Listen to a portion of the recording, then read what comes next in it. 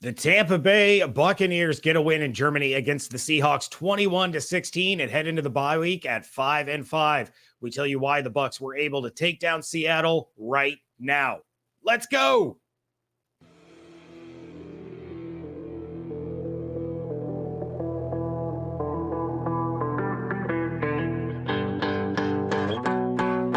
You are Locked On Buccaneers, your daily Tampa Bay Buccaneers podcast. Part of the Locked On Podcast Network, your team every day.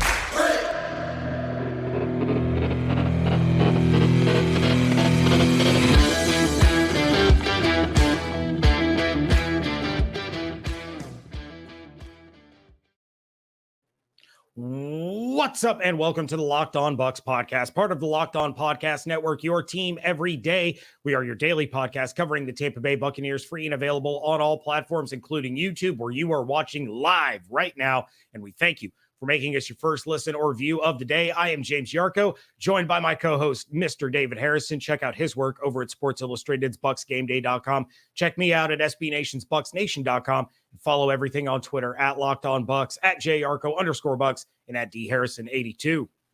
And of course, we always do appreciate you guys coming through, making us your first listener, first view every single day, especially after a Buccaneers win. Victory Sunday afternoon, and we've got Victory Monday coming as well. So double dose of victory days coming, because what better way to get your morning started than with maybe a cup of coffee or your favorite Monster energy drink. And yes, that is an Arizona State koozie. More on that as the Tampa Bay Buccaneers win 21-6. That's not a Washington Husky Sprite bottle.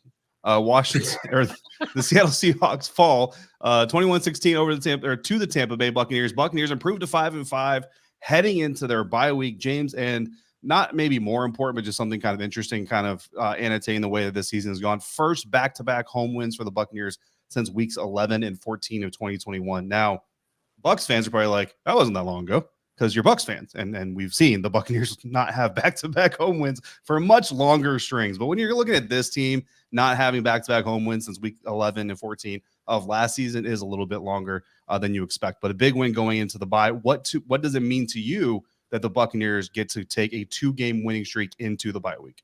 That's huge. This is a huge bounce back now for the Bucs. And you take a look at Tom Brady last week after the game-winning touchdown to Cade Otton, and the look of relief when he was embracing offensive coordinator Byron Leftwich. He looked like all the weight in the world was lifted off his shoulders. You saw in this one against the Seahawks after that big Rachaad White run where he slid down inbounds, veteran play by the rookie running back. Smart play, educated play. Absolutely. Educated. But you saw Brady and Evans so fired up. I mean, they were cracking helmets with one another, smacking each other in the head. They were amped. This is exactly the kind of performance that the team needed heading into the bye week, heading back home. This was huge for the Buccaneers. And of course, a huge shout out to the fans in Germany, like Tyler in the YouTube chat said. And we love all of our overseas fans, especially our ones in Germany today, this week especially. But all you guys out there watching the live, participating in the live chat, huge shout out to you. And what makes this win even bigger? So you got the 2-game winning streak, you got the back-to-back home wins. And I know it's air quote home win, right? But then you also have the fact that the Falcons and the Panthers have already played. The NFC South is done for the weekend, so you get Sunday morning Bucs football. Now the NFC South is done because the Saints are on a bye, but the Falcons lost, dropping them to 4-6. And you hate to say that. Well, now you have that advantage over the 4-6 Falcons to be first place. But again, we already know the Buccaneers have established themselves. They're the best team in the NFC South. And yeah, you might back into the playoffs in a lot of ways due to the divisional records. But I think it's big that not only the Falcons, but also the Panthers and Saints, they can do nothing to gain ground. And let's be honest, 3-7 Panthers, I don't know if anybody is scared of that team. Shout out to Baker Mayfield for cracking helmets with his teammates, just like Tom Brady was. But Tom does it with his helmet on. It's a little bit smarter of a way of doing it. Baker, just throwing that out there. You might have more problems than Alabama overrunning the Heisman house. Anyway, James, let's stick to the positives and let's get to our plays of the game. Which was your favorite play from this most recent Buccaneers win? Mine was, it's another shout out to a guy that's gotten a lot of flack from Bucs fans. Now, Julio Jones big touchdown catch in the first quarter of this one. This was the Bucs' third possession. They went 3 and out to start the game. Then you have Ryan Suckup miss the long field goal. Julio Jones with a 31-yard catch and run for a touchdown. It capped off a 13-play, 88-yard drive. And it was the Buccaneers' longest touchdown play of the season. It was a vintage Julio moment. Got down near the goal line, lowered the shoulder, pushed his way into the end zone. It was a great play, and it really started to kind of set the tone for the offense. Yeah, they had gotten the ball moving a little bit, but missing that field goal hurt. Now you get into the end zone, and it sparks one of 3 touchdown drives for the Buccaneers over 80 yards in this game. They had 3 of those drives all season long coming into this week. So that, to me, it was a massive play to really get this team going offensively. Yeah, absolutely a great play. And look, Julio Jones, I'm going to be honest, I was surprised to see how fast he was moving. That was a fast-moving old guy. I think it was Damian Woody on ESPN's Get Up recently. I wrote an article about it on BucsGameDay.com, called the Buccaneers old and slow. They're old. Well, a lot of them are old. Not all of them are old, but a lot of them are old. They ain't slow, buddy. Nope. Except for Tom. Tom's pretty slow. Like, that was the slowest fade route I ever saw a running back throw an interception on. We'll get into that in our regularly scheduled episode, which is still driving. This is a bonus episode, guys. So a little bit shorter, but also a full episode coming tonight on YouTube Monday morning for all of us all of those in the audio category. Look, my play of the game, Rachaad White, stiff arm. You talk about setting the tone.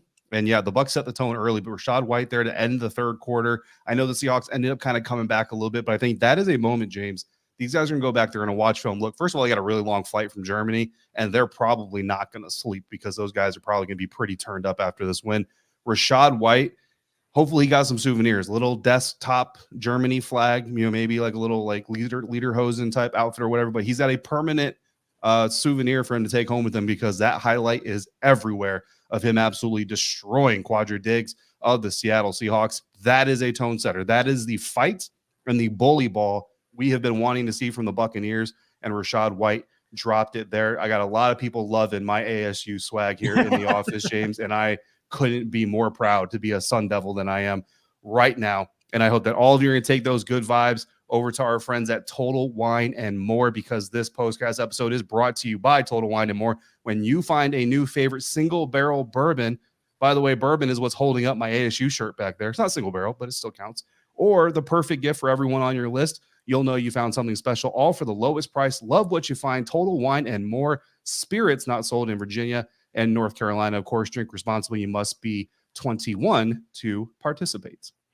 And of course, this postcast is also brought to you by our friends over at Prize Picks. Just pick 2 to 5 players, and if they will score more or less than their Prize Picks projection, and you can win up to 10 times your money on any entry. They don't just offer football. You can participate with the NBA, MLB, NHL, college football, men's and women's college basketball, and much, much more. They offer safe and fast withdrawals. And for first-time users, you can receive a 100% instant deposit match up to $100 with promo code Locked On. So don't forget to enter promo code Locked On at sign up for an instant deposit match up to $100 with our friends at Prize Picks. All right, guys, continuing this postcast episode once I hit the unmute button on myself. This is the great thing about postcast. No mid-episode YouTube ads, no mid-episode breaks here. We're just rolling right into our last segment of this postcast because it's game balls. It's time to hand out some awards to some much-deserving Buccaneers. And, of course, we thank all of you for making Locked On Bucs podcast first listen or view after Buccaneers wins, even after losses, because we do pretty good group therapy sessions, I think, James. So we've got 3 game balls to give out here. James and I come together and pick these game ball recipients. If you have game ball recipients that you want to mention in the comments, please, by all means, go ahead and do so. But James, let's kick off the 3rd star of the game. We kind of mix hockey and NFL here. It's like 3rd star of the game. Who's getting our first game ball here? Well, shout out to Tyler in the chat. James called the Godwin tutty. Great call, and he gets our 3rd game ball of this one. 6 receptions, 71 yards, and a touchdown. Now, here's what was great about Chris Godwin's performance. It wasn't just that he got into the end zone for the first time. 4 of his 6 receptions resulted in a first down. So after his first reception of the game, every catch he had the rest of the game was either a first down or a score. He ended up the Bucs' leading receiver, had over 70 yards. Great game from Chris Godwin. And hopefully this is the first of many touchdowns that he is going to rattle off the rest of the season. Yeah, my fantasy team appreciates it as well. So shout out to Chris, shout out to you for the prediction, shout out to Tyler for the chat comment. Shout out to everybody because it's good vibes only in here. Second game ball is going to somebody who honestly entered the game without the greatest vibes in the world, but hopefully he turned it into some energy. And I know for a fact that his family is super proud of him. Linebacker Devin White. We have given Devin White just as much flack as anybody else has gotten. And look, he deserved it. You know what I mean? And I think he owned up to it. Eventually, you know, he kind of sat there in the locker room and said, look, you know, I had to get back to loving the game, realizing how quickly I could lose it. Leading up to the game, for those of you who didn't hear, Devin White unfortunately lost his father very young, you know what I mean, to lose your father, and very, you know, upsetting, obviously, for him and his family. But he came through 9 tackles, 2 sacks, tackle for loss, forced fumble. I mean, Devin White had probably, I would say, his best game of the season. And his team definitely needed it because without that forced fumble specifically, I don't know, James, this 5-point win may be a lot closer and it may be a lot more nerve-wracking there towards the end of the game. So game ball out to Devin White. And, of course, all the condolences to him and his family as they deal with the loss of Devin's father.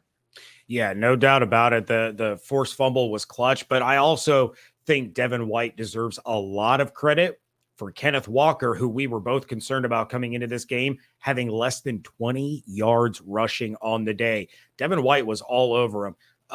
You know, didn't make every tackle on a Kenneth Walker carry or a catch, but he was a big part of containing him. And of course, the number one game ball for this one, I got my K-Dot and victory lap last week. You're getting your Rachaad White victory lap. You've been talking about it since the day they drafted him. And here was the big performance: 22 carries, 105 yards, 4.8 yards per carry. And I got to say, only Bucs fan in the chat, love this. David, you talked about him taking home some souvenirs. Only Bucs fan. White took a soul for a souvenir. I'm wondering if Stefan was shooting a text over pregame and saying, you have brought shame to the family name. I expect redemption. Because that was, so many people remember the stiff arm that Chris Conti took in that Steelers Monday night game. I think Rachaad has you know, kind of the scales, redeemed that, and we're gonna have a favorite gift to use on game days for Rachaad White. Phenomenal performance from him. Yeah, absolutely. Look, I got the T-shirt from Home. Oh, I forgot the name of the company. Sorry, Home something. Home Field. That's what it is. Home Field. Shout out to Home Field for the shirt there. I'm wearing the Home Field hoodie. I got the devil dancing on my chest, and of course, you know, I've got the monster sitting nice and protected in the Sun Devil koozie. Had a Sun Devil it out today for our guy Rachaad White, veteran interviewee of the show, by the way. That's right. Rachaad White, cute, one of the cutest daughters in the world. So hopefully she's happy for daddy, and you know, they get to celebrate that. And yeah, look, I mean, it certainly looks like we've got the emerging potentially new RB1, right? And we know Leonard Fournette's dealing with apparently a hip injury, and we'll obviously see how that kind of plays into everything as we get going. But look, the Buccaneers have 2 weeks to potentially install a new running back.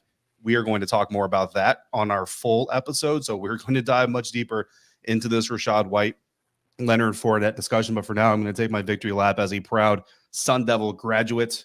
Throw the forks up. Bucs fans, I've never seen so much Arizona State support. I love it because there's not much Arizona State support these days, to be quite honest with you. But yeah, I had no further analysis to add to Rachaad White getting the number one game ball from this game. Love it. Just love it. Banner weekend for Buccaneers running backs. Mike Allstott on the Locked On Bucs podcast. Rachaad White over 100 yards. And Cadillac Williams, his first win as a head coach of the Auburn football team. Love Cadillac Williams. With that, hang on.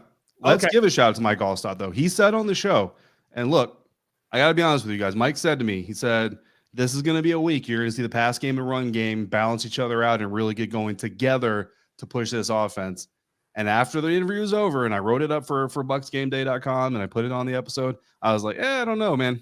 I don't know, Mike. But you know what? Mike Allstott, he should be a Hall of Famer, right? He knows the stuff, and he knows the stuff for a reason. So we should all listen to Mike Allstott in the future.